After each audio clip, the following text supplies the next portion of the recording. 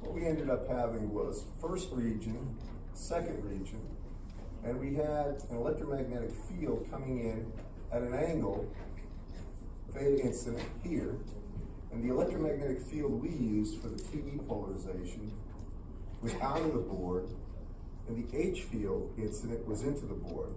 It caused a transmitted wave, and this is E transmitted with H transmitted at a different angle, theta transmitted, and it caused a reflected wave here.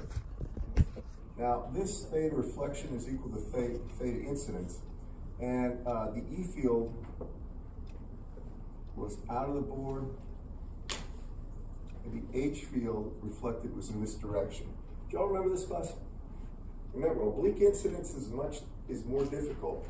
The one thing you had to get with this, and then everything else kind of falls apart. We're going to do this for the lossless case. It's a little more complicated for the lossy case. It was in region 1 we had eta 1, and here we had eta 2. And eta is equal to the square root of j omega mu over sigma plus j omega epsilon. So if it's lossy eta, or lossless, this becomes simply the square root of mu over epsilon. That's important. All right, now, when we had region 1 and region 2, we ended up with getting a set of equations, and I'm not going to write them all out, but at the boundary, we had E tan 1 is equal to E tan 2, and also we had H tan 1 is equal to H tan 2. We had a unit vector in the direction of propagation here. That was critical. And that A propagation for the incident waveform was equal to, if this is the angle theta incident, it was equal to the cosine of theta incident AZ plus the sine of theta incident AX. And here, a unit vector in the direction of propagation was equal to, this would be for the transmitted wave, it would be equal to the sine of theta transmitted AX plus the cosine of theta transmitted AZ. And for the reflected wave here, the actual value of a unit vector for the reflected wave was equal to, still going to be sine, it's the same thing as, the reflected is the same thing as the incident angle. Sine of theta incident AX, but then it's going to be minus cosine theta incident AZ. And the reason is because now the wave is reflecting and the component, the Z direction, is in the opposite direction. Everybody got that? Now, ultimately, we always do this. Once we have that, we can write the electric field quantities. I'm going to do this. You don't have to do this. I'm just going to put it up here to show how we take this whole thing and distill it down to reflection transmission coefficient. We say E incident right here with some E naught incident times E to the minus J beta 1, and then it's going to be times sine theta incident X plus cosine theta incident times Z, and this is in the AX direction. E transmitted is going to be equal to E naught transmitted times E to the minus J. Here would be beta 2 times sine of theta transmitted X plus cosine theta transmitted Z. And the reflected wave, E reflected, is going to be E naught reflected times E to the minus J, and here it's beta 1, sine theta reflected, or theta incident, times X, but it's minus cosine theta incident times Z, and this is in the AX direction as well, and this is in the AX direction. The reason there's a minus there, it's going, the reflected wave has a Z component that's going in the negative direction. Once we have the electric fields, we get the magnetic fields. We basically get H incident, H transmitted, and H reflected by simply saying it's equal to 1 over eta 1 unit vector, this is going to be the incident wave, unit vector in the direction of propagation, crossed in to the incident E field, or vector phasor. Transmitted is 1 over a to 2, unit vector in the direction of transmitted field crossed into E transmitted vector phasor, and for the reflected it's 1 over a to 1, unit vector for the reflected wave crossed into E reflected vector. And so we can do this. Now we do this and we get a bunch of things, but there's more complicated cosines and sine relationships. Do y'all remember doing this? This is in your book. Can you give me a page number? 361 and 362? Yeah. All right, so remember that, 361 and 362. Now, this is the key. And I'm going to I was doing this last time, and I said one of the important laws that came out of this, when we look at this right here, I'm just going to show you this one law. This was Snell's law. This is very important. Snell's law. Matter of fact, we'll do a problem with this. Snell's law says that if we're at z equals 0, and here, since this is the z-axis and this is the x-axis, this would be the point z equals 0, this whole plane right here. And because on that plane, we know that the tangent electric field, and that is the electric field on one side equal to the electric field on the other side of this boundary, is really going to be E incident, right? Plus E reflected is equal to E transmitted all through that boundary. That's at z equals 0. If you look at this, that means since z equals 0, we get this. Well, I can do it, but I'm going to boil it down. From this, what we get is this. Beta 1 times sine of theta incident is equal to beta 2 sine of theta transmitted. Do you all remember that right there? We got that from Snell's law, and that's because it's a constant phase all up and down here. And when you take these, and you take the incident plus the transmitted, set it equal to the, incident plus reflected, set it equal to the transmitted field, and you let z equal 0, you get this. Beta 1 sine theta incident x has to be equal to beta 2 sine theta transmitted x. Therefore, beta 1 sine theta incident has to equal beta 2 sine theta transmitted. Now that's critical. That has to be, or the phase will not be constant up and down that plane. That's Snell's law in a nutshell. Now, if for the lossless case, write this down. If it's lossless, and this is what we're talking about here, then beta is just equal to omega times square root of mu epsilon. If you don't know where that comes from, I'll do it quickly. Remember that gamma was equal to the square root of j omega mu times sigma plus j omega epsilon. And gamma was equal to alpha plus j beta, right? Those are for materials. Now, if it's lossless, there is no sigma. Agreed? Sigma goes to 0. If sigma goes to 0, I have j omega times j omega, or j omega squared. Square root of that is j omega. So I have j omega times the square root of mu epsilon. And that is equal to alpha plus j beta. If it's lossless, that means there is no alpha, and beta is omega times square root of mu epsilon. Everybody got that? This is important. So for a lossless case, beta is omega times square root of mu epsilon. Now we're going to keep simplifying this. I want to work this one, and I want you to watch this, because this gets a little tricky. Well, not tricky, but you have to be on your toes here. So beta 1 would be equal to the square root of mu 1 epsilon 1 times the sine of theta incident. That's equal to beta 2, and that's again omega times the square root of mu 2 epsilon 2. The omegas will cancel, so I get the square root of epsilon 2, or mu 2, pardon me, mu 2 epsilon 2. The omegas will cancel, times sine theta transmitted. Or, excuse me.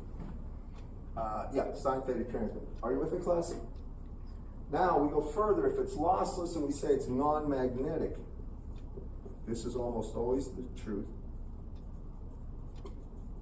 Then mu 1 is equal to mu 2, and then we get the square root of epsilon 1 times sine of theta incident is equal to the square root of epsilon 2 times the sine of theta transmitted. The epsilon, or the mu's go away. Do you all agree with me? Now, why did I do that? Because epsilon, in general, is equal to epsilon relative times epsilon naught, right? So if I put an epsilon relative 1 times epsilon naught here, square root, and epsilon relative 2 times square root of times epsilon naught, the epsilon naughts will cancel. Do you agree with me, everyone? Yes. So now I have the square root of epsilon relative 1 times sine of theta incident is equal to the square root of epsilon relative 2 times the sine of theta transmitted. And then we define something called the index of refraction. And it is small n, not eta, but n. And it is equal to the square root of epsilon relative for the medium. How many have heard of the index of refraction? This is a common term in optics. Index of refraction is commonly given for like glass and things like this. It's the square root of epsilon relative. Water has, really fresh water has an epsilon relative of about 81. The square root of that is 9. Right? Air has an epsilon relative of about 1. The square root of that is 1. So we're just going to do a simple problem based on this index of refraction business. Well, I'll write it in terms of this. You can use this if you want. And I want you to see just how much the actual angle of light is bent in water. So suppose this is water here. This is H2O, and this is air. Here for H2L, epsilon relative is about 81. And air, the epsilon relative for air is about 1. All right?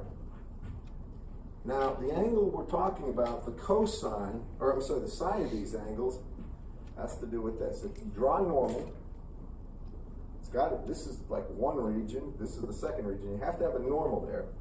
And then you say that light is coming in this direction, and it has some angle of theta incident. And it's going to bend this way.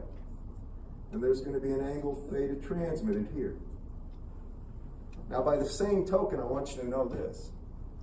If there was something down here that reflected light, as light comes down and bends this way, when it hits there, it reflects back this way too. Follow me? So it takes the same path it entered. Now this is important. So if I got a flashlight and I'm looking at water, and I see something, I perceive that something over here, right?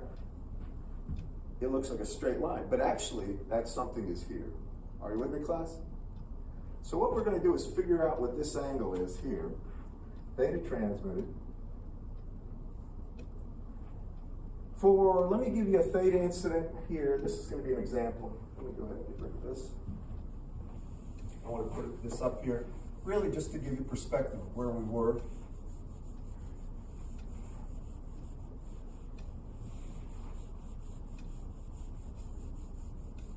I'll put down the reflection coefficient in a second, and transmission coefficient.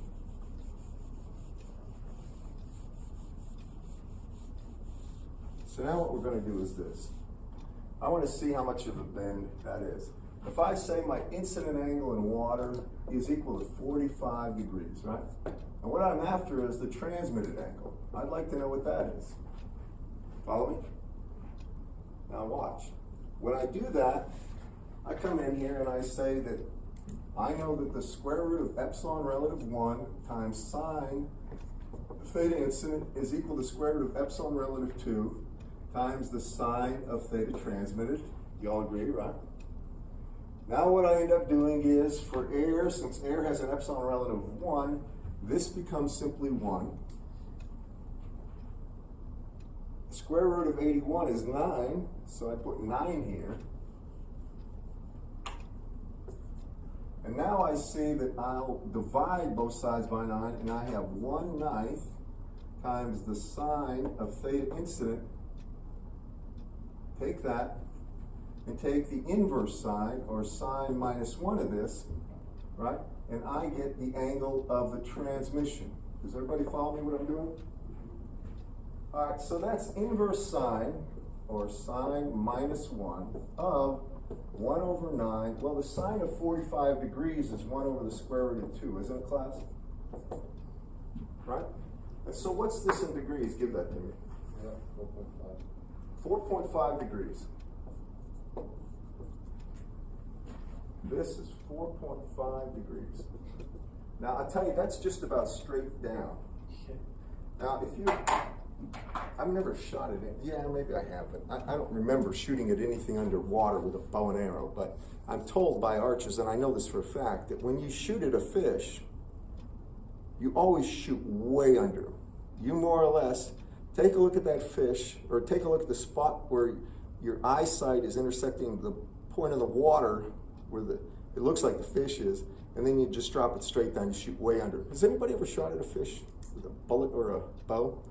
Well, I'm telling you, it's a very odd feeling. You literally have to, the fish you see there, and you're shooting like right there, and then you'll see your arrow bend like this. But that's just one of these things that you have to be aware of, and it's an optical effect, and it's due to the index of refraction, and it comes from Snell's law. Snell's law comes from Maxwell's equations in the boundary conditions. Now, the thing I didn't get to last time is getting the reflection and transmission coefficients for the TE. Please write this down. They are in your book. For the TE case, I had all the equations up last time, and I set E tan 1 equal to E tan 2, right? And then I had to break off when I was doing H tan 1 equal H tan 2. Do you all recall that? But when you do that, and you go ahead and manipulate it, you end up getting something called the reflection coefficient. The symbol is this, and then they'll have capital TE. If you look in your books with me, you don't have to write this down. Pay attention, make notations in your book. I always encourage people to bring their book and write in their book. This will always have this form. Now listen to me carefully. You're always going to have eta 2, but eta here, again, is equal to the square root of j omega mu over sigma plus j omega epsilon. This is not the index of refraction. Follow me, guys? And by the way, when we're talking about this, we're always talking, we're a setup where we have region 1 here, region 2 here, and we have an incident field, we have a transmitted field, where this be the angle of incidence, this be the angle of transmission, and the angle of reflection is always going to be the angle of incidence. And then we have a reflected field. Remember this is the barrier right here.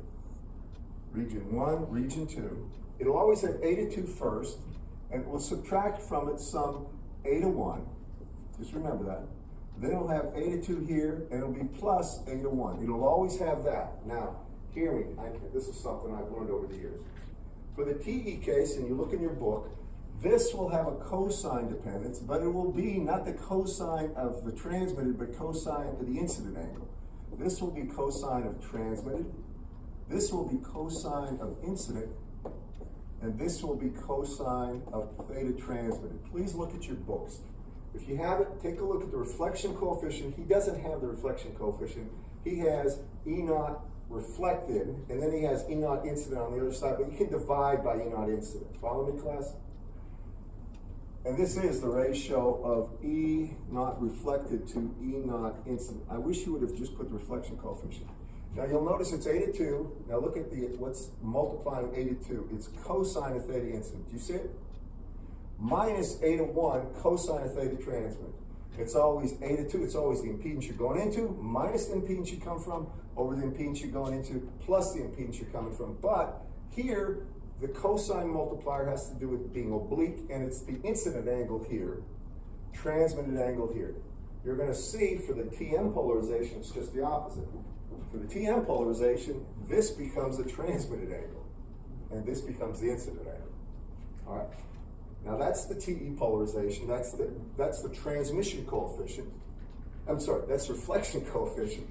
The transmission coefficient for TE, please just write this down. We can prove it, but it takes a good 15 minutes to go through this, and we had it all set up last time. I just didn't have time to put the pieces of the puzzle together, but you can do this. The transmission, thank God, is just 1 plus the reflection coefficient. Are you with me? Now, there's another way to do it. Look in your book, see if he has this. It should also be equal to 2 times eta 2 times cosine of theta incident over eta 2 cosine of theta incident plus eta 1 cosine of theta transmitted. Do you see this form here? Yeah. All right, so what formula is it? 6.134. 6.1 what? 34. 34. Now, if somebody's gonna send me an email, do we need to memorize these? No. I will give these to you if you need them. I don't expect you to memorize this level of detail. Because frankly, you can easily be clumsy with the cosine theta incidence there. You can get them in the wrong spots, all right? But the general rule is it's always impedance you're going into, so there's always eta 2 minus eta 1, eta 2 plus eta 1. The multiplier here will always, for the TE case will be the incident angle. For the TM case, it'll be the transmitted angle, the cosine of the transmitted angle. Just something to keep in mind, all right? All right, next. So that's reflection and transmission coefficient for the TE mode. We're going to do the TM mode. And by the way, this kind of thing, if we wanted to, let's just do this. Let's just finish up this problem. We found that the angle here that it's going to actually be transmitted is 4.5 degrees, correct? Now, let's just find out what the reflection coefficient is so we can find what the reflection coefficient is here, and we can get the transmission coefficient for this particular case. So for water, let's say this is air, water. So eta 1 for water is square root of mu over epsilon. For air, this is air. For air, it's square root of mu over epsilon, right? And that's going to be equal to simply, what, 120 pi, right? All right, now for water, here's the thing. If it's got salt in it, the water is very conductive. All right, the sigma value is very high if it has salt. But if it is salt-free distilled water, fresh water, with very low salt, and to be really honest with you, I'm not sure if you can make that approximation in a lot of places, because you got to understand there are salts that leak in through the water supplies. They may not be sodium chloride, but there are other salts that can leak in, potassium chloride, all these other things that are conductive. So I'm not sure, it depends on the frequency more than anything about if you can make that assumption. But you don't just make this assumption that if it's fresh water, it's going to have no conductivity. It could, but if it's distilled, it could have a conductivity. It's distilled water, then eta 2 would be equal to square root, and then it would be mu naught over epsilon naught times epsilon relative, or times 81. And that's really equal to square root of mu naught over epsilon naught divided by 9, or it's 1/9 eta naught. Follow me, class? So this is really 120 pi by 9.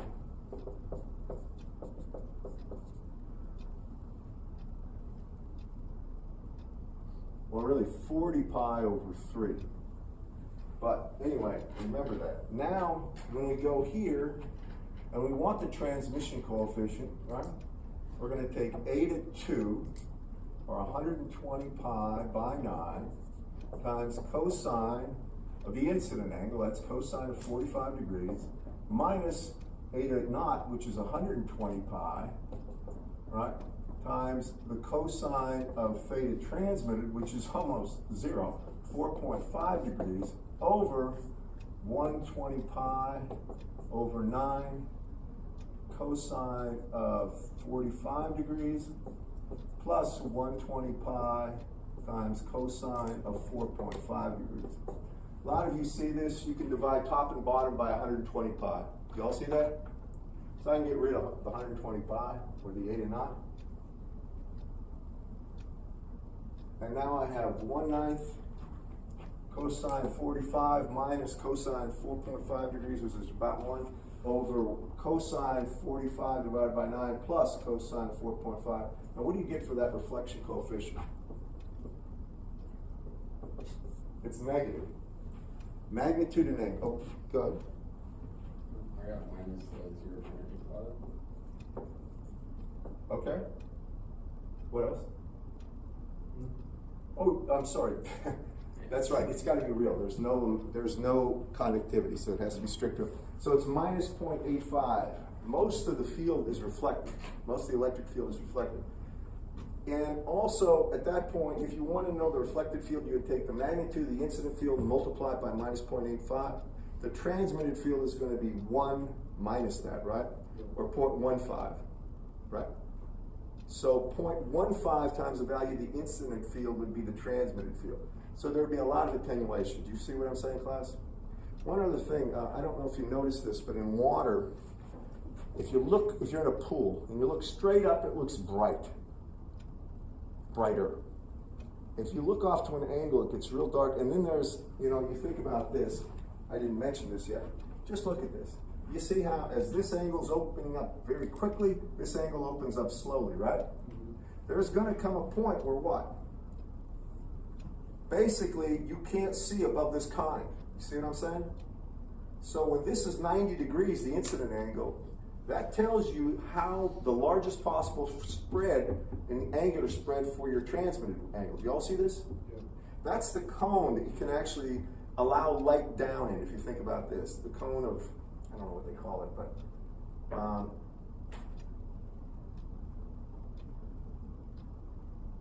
if you're in a pool and you're looking up and you look out this way, all of a sudden beyond a certain point, everything's reflected down. You can't see up. And that's that angle. So we're going to get that angle too. And how would you get the angle?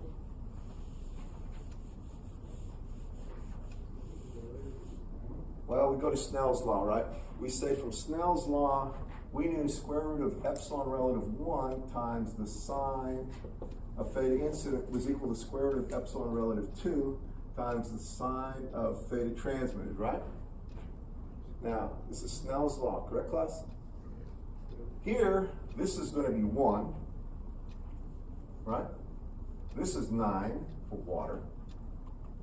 All right, now, the sine of 90 degrees, when this is opened up as large as it can go, it's 90 degrees, is going to be equal to, sine of 90 is 1, right?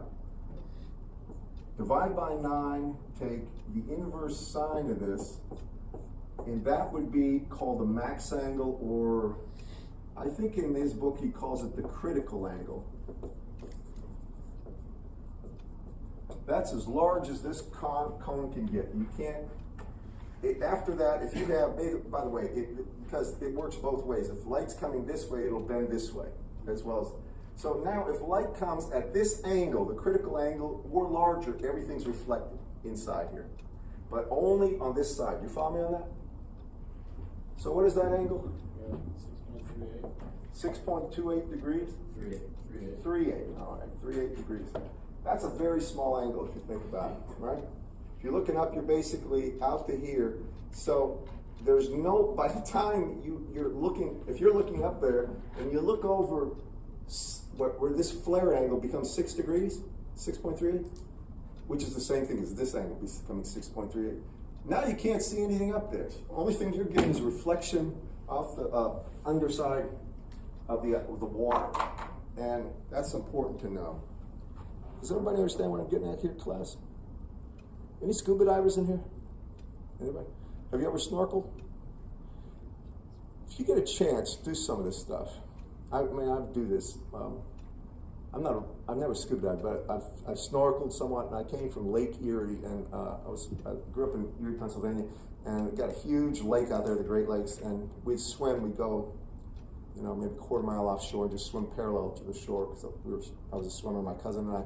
And what you notice is, if it's not choppy or anything, if it's clear, if you start paying attention underwater, if it's clear, not stained, is you'll notice that water looks like a mirror. And what you do is you see everything under the water looking into the surface, because it's a mirror, almost a perfect mirror.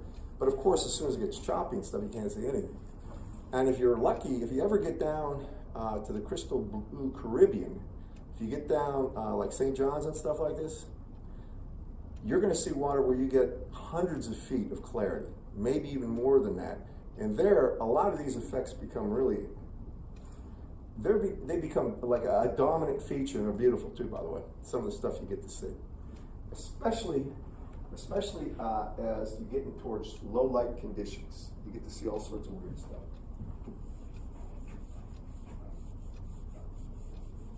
I was in the Caribbean, but I didn't get a chance to do anything because I was on an aircraft carrier. I wasn't a member of the Navy. I was a consultant on the USS Eisenhower. I learned a lot about naval life.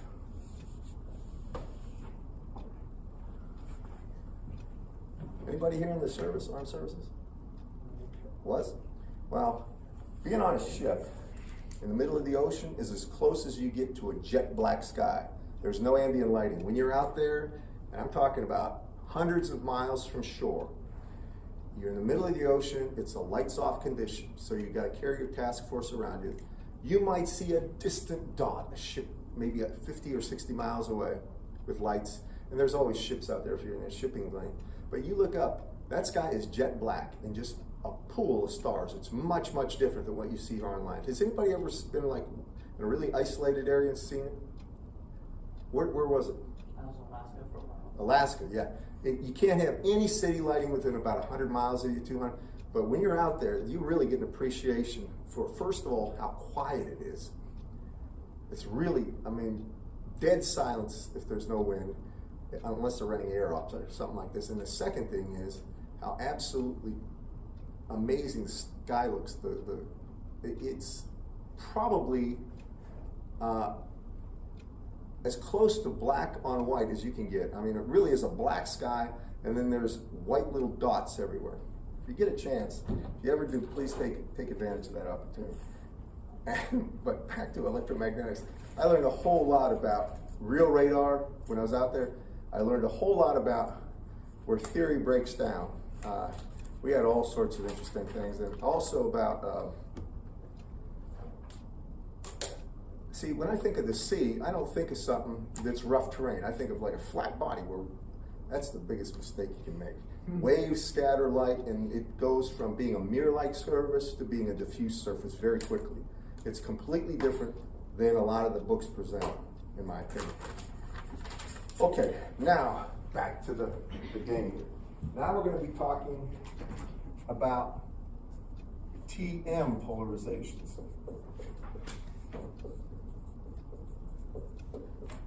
By the way, can everybody see the solutions that I put up there on OneNote? Has anybody looked at it? I just put it on. I was locked out of my account this weekend, so my stuff got screwed up, but I'm on it right now. I don't see the solutions for the quiz on OneNote. I didn't see it earlier. When did you put it up? Bit ago, but you know what? Let me do one before I do anything more. Can you grab your, is that your laptop? It's yours. Let me put it up. I want to make sure it's up right now. Here. No, I need my laptop. All right. Appreciate it. Give me 1 second. I want to make sure it's up there. I may have put it in the wrong spot, and I think I did.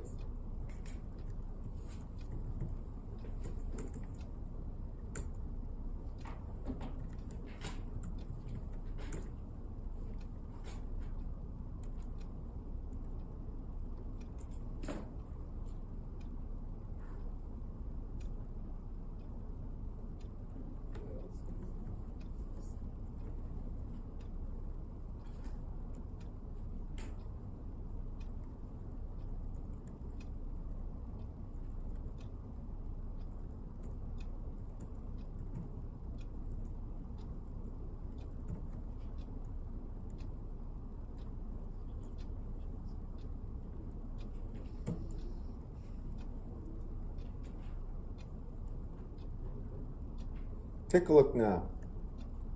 I don't know how long it takes to load.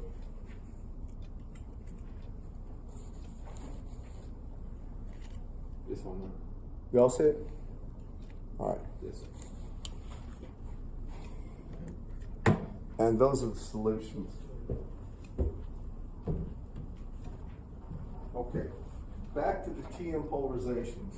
Now, nice thing about this one, the unit vectors stay the same, but here's the deal. For the TM polarization, this is going to be TM, this is region 1, region 2. This will also be the lossless case. If it was lossy, it'd make this a little more complicated, because then you get two different things. You get a different angle for of transmission for the actual phase velocity compared to the velocity of energy, and that's a little more of an advanced topic. So here we have really, we're going to have an instant electric field. But here, the magnetic field is outward. So then that means the electric field is in this direction. It's in the plane. This is E incident. It's in the plane of the actual the way the wave's traveling. But the H field is really going to be perpendicular to this plane, and it would be exactly parallel to the actual surface right here that separates region 1 and 2. This is the H field, H incident 1 right here. Call it H incident. Now there's going to be a transmitted field here, and the H field transmitted, and there would be the E field transmitted. Remember, this is saying that the H field's coming out, so E cross H is the direction of propagation. And there would also be an H field here. You gotta be, there's a distinction. The H field is into the paper right here, or into the plane. This is gonna be H reflected. And the E field here, E incident, or E reflected, is in this direction. This is going to be the incident angle. This is the transmitted angle. And this is the reflected angle. But here, the reflected and the incident are the same, so I'm going to leave it as just theta incident. All right, class? Now this is exactly like the TE case, but now we treat the H field like we did the E field. So we write equations. You've got it in front of you, and a lot of this is just, it's clerical bookkeeping, but it's important to understand how to do it. So for the H field itself, it's going to be H incident is equal to H naught incident, right? And then it's going to be e to the minus j beta 1 x times the sine of theta incident plus z cosine of theta incident. And this is going to be in the AY direction. It's coming out. I didn't label my axis. This is z, x, and y. Y out. The transmitted field is equal to H naught transmitted times e to the minus j beta 2 times x sine of theta transmitted plus z cosine of theta transmitted, AY. And then H reflected, this one's interesting. Look in your book. For this one, it's actually in the minus direction, isn't it? Doesn't he have minus H naught reflected? Take a look there. Times e to the minus, or maybe he actually doesn't have, I forgot if he does it that way. He might have it just e's. Does he have just e's for this instead? Yeah, he has just e's over. Oh, Wentworth does that. It's his prerogative. See, he doesn't even use H. He just puts down E naught, Over it. E naught reflected over eta naught, or eta 1. Pardon. He might use eta naught. And this is E naught transmitted over eta naught, and this is, I'm sorry, yeah, eta 1, or eta 2, pardon me, and this is going to be E naught incident over eta 1. Does he use eta 1 or eta naught? Eta 1. Eta 1, good. And that should be incident, transmitted, reflected, and the reflected field will be, this will be times beta 1, and it will be x times sine theta reflected, but it'll be minus z times cosine theta reflected, AY. Does that look like what he has in his book? Yes. All right. Remember, this is the component. How long does it take this thing to shut off? 30 seconds, I want it.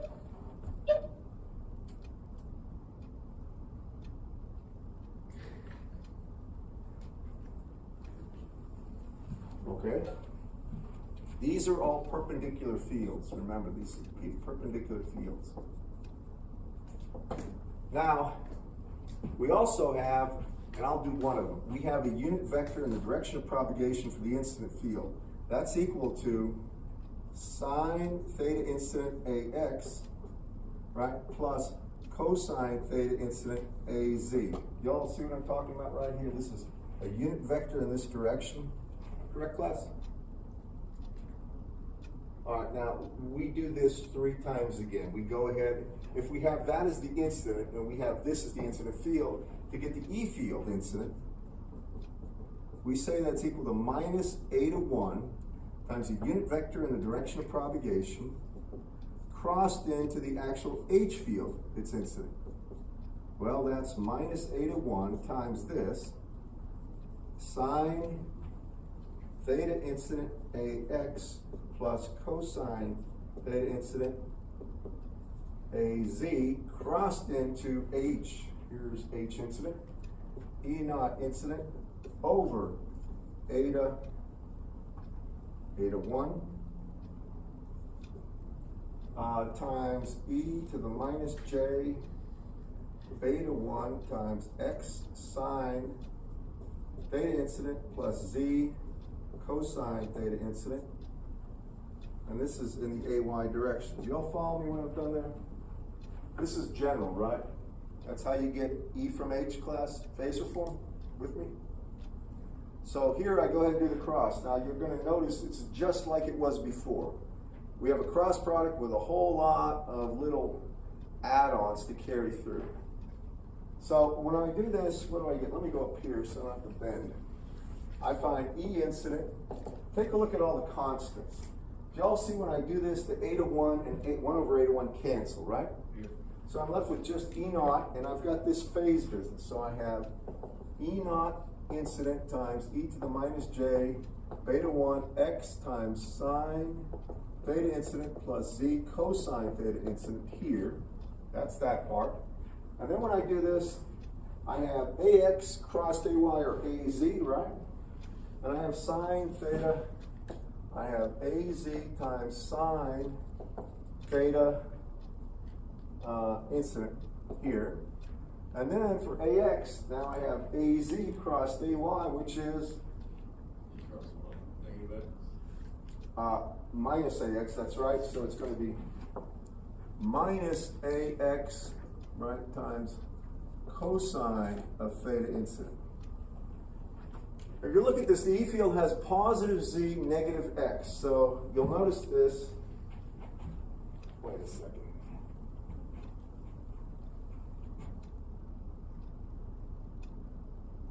Oh, I made a mistake here. X cross Y is Z, negative sign makes that negative, my bad. That's minus, that's plus. Follow me, class? I forgot to account for that negative sign front right there. So if you look, let's see if it makes sense. Yes, in fact, we have a negative AZ component. The component of this projected down here is in the negative direction, but we have positive AX component, right? I'll just tell you the transmitted field will have the same form. E transmitted will look like E naught transmitted times e to the minus j beta 2 times x times the sine of theta transmitted plus z times cosine of theta transmitted. It's going to look the same. You'll have that minus az here times sine of theta transmitted plus ax times cosine of theta transmitted. I know that for a fact because the orientation of the fields here are the same as the fields here, only the angle is different. The same exact form. Right? Transmission and incident field have the same form, and they're both flowing this way. Follow me? The reflected field is the one that's a little different. And for the reflected field, then you have to take into account you're going to have minus eta 1, a unit vector in the direction of propagation of reflection, crossed into the H field reflected.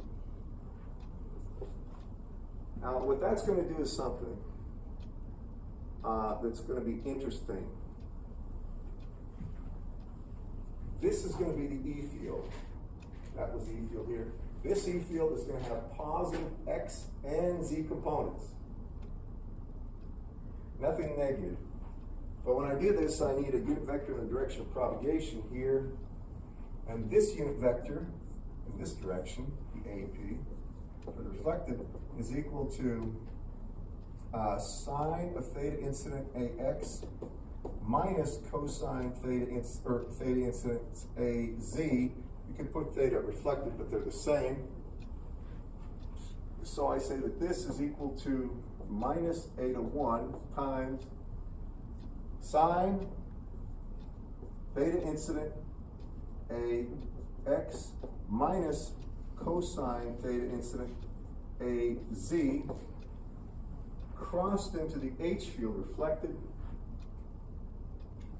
and that's minus E naught reflected over eta 1 times e to the minus j beta 1 x sine theta incident minus z times cosine theta incident in the a y direction. Now there's a minus sign here. Do we agree, class? I know you must be bored with this, but I have to go through it one time. At this point, just work with me here. The a to 1's cancel, right? You see the minus signs canceling? So I'm going to get rid of a to 1 and the minus signs. Now, after that, I've got this as a scalar term right there coming out in front. It's E naught reflected times e to the minus j beta 1 x sine theta incident minus z cosine theta incident.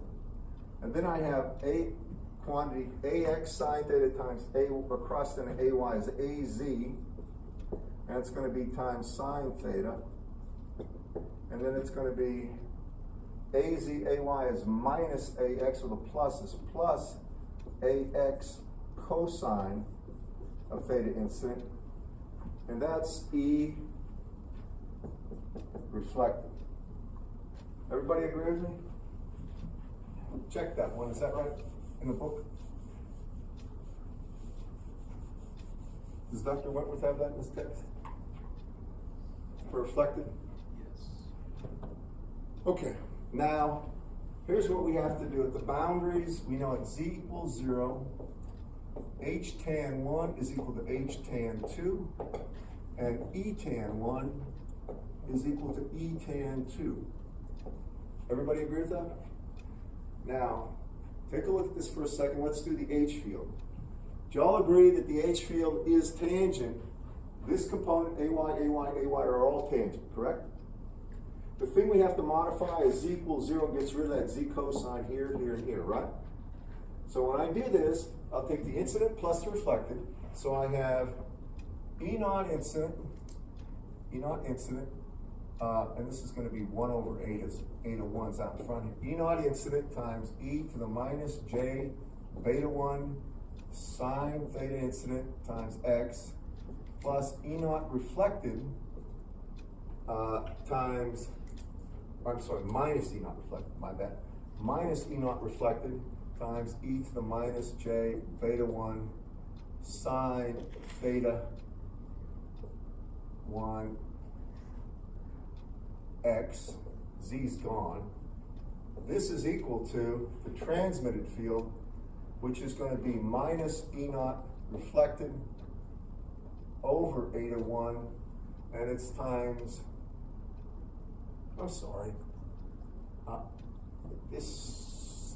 my bad, this should be transmitted. This should be, what I'm trying to do is here, E incident plus E reflected, H incident. H incident plus H reflected is equal to H transmitted. That's what I'm trying to do. So the transmitted field on the other side is this one, and that's equal to E naught transmitted over a to 2 times e to the minus j beta 2 times sine theta transmitted times x. They're all in the y direction. Do you agree with me, everyone? I'm going to show you a trick here. And here's the nicest thing. You know that the beta 1 sine theta incident x is equal to beta 1 sine theta incident x is equal to beta 2 sine theta transmitted x. You all with me on that? So you get rid of it. Because it's just a pain to carry that term around. And there's no need to. So get rid of it. There's the idea. That's what you have for the tangent h field. E tan or h tan 1 is h tan 2. Now, we can play with this in a bit, but that's the general form, right? Now, what about the tangent E field? Now, when we want E tan 1 equal to E tan 2, what do we end up getting? All right, look here for a second. You all agree it's at z equals 0, right?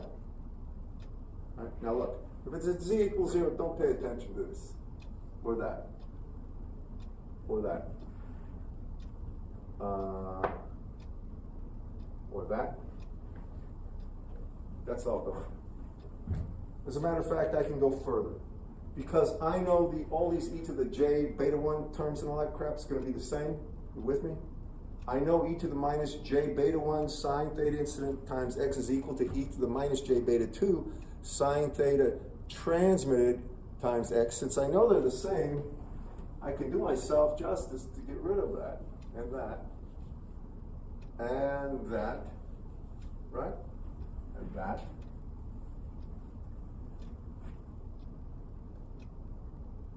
Y'all agree with me? Now, look here carefully. So, get rid of that. This is reflected. Get rid of that. This is reflected field, call it E naught reflected. That's transmitted, call this E naught transmitted. And that's incident, call that E naught incident over here. Now, which one of these is parallel to the boundary? Think about that. Remember the boundary? It looks like this is region 1, region 2. This is the z-axis. This is the x-axis. Y is out, right? For this one, we have z and x components. Which component is parallel to that boundary or tangent to the boundary? Is it the z? It can't be the z. Is it the z? Think about the boundary. It's coming out in x and y, right? It's a big plane. Can you all imagine that?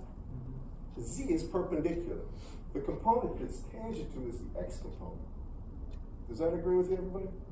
If it's the x component, then what I can say here, and I'll do it right here, when I take a look at the E field on the on the side 1, well, that's going to be what? And I need a tangent component. It's going to be E naught incident, right, times cosine theta incident, right? They're all in the AX direction. So I have E naught incident, cosine theta incident. Isn't that cosine theta incident? It's going to be that plus, what's E naught reflected, right? Times what? Can you see it? This is the reflected field times the x component is cosine, right? Cosine theta, it would be reflected, but I'm going to put incident because they're the same. Reflected, angle of reflection is angle of incidence. That's equal to 1. E naught transmitted times, can you see it? What's the coefficient of AX for the transmitted? Cosine, right? So now we have the two conditions. This is the first and this is the second. Now to get the reflection coefficient, you can do this any way you want. But if I look at this, I can replace the tangent value, E naught tangent, by eta 2 over eta 1 times this. So I'm going to. And I can say that this is equal to, let me get rid of this, so you can see this. I can say this is equal to E naught tangent is equal to eta 2 over eta 1 times E naught incident minus E naught reflected. You all see what I've done?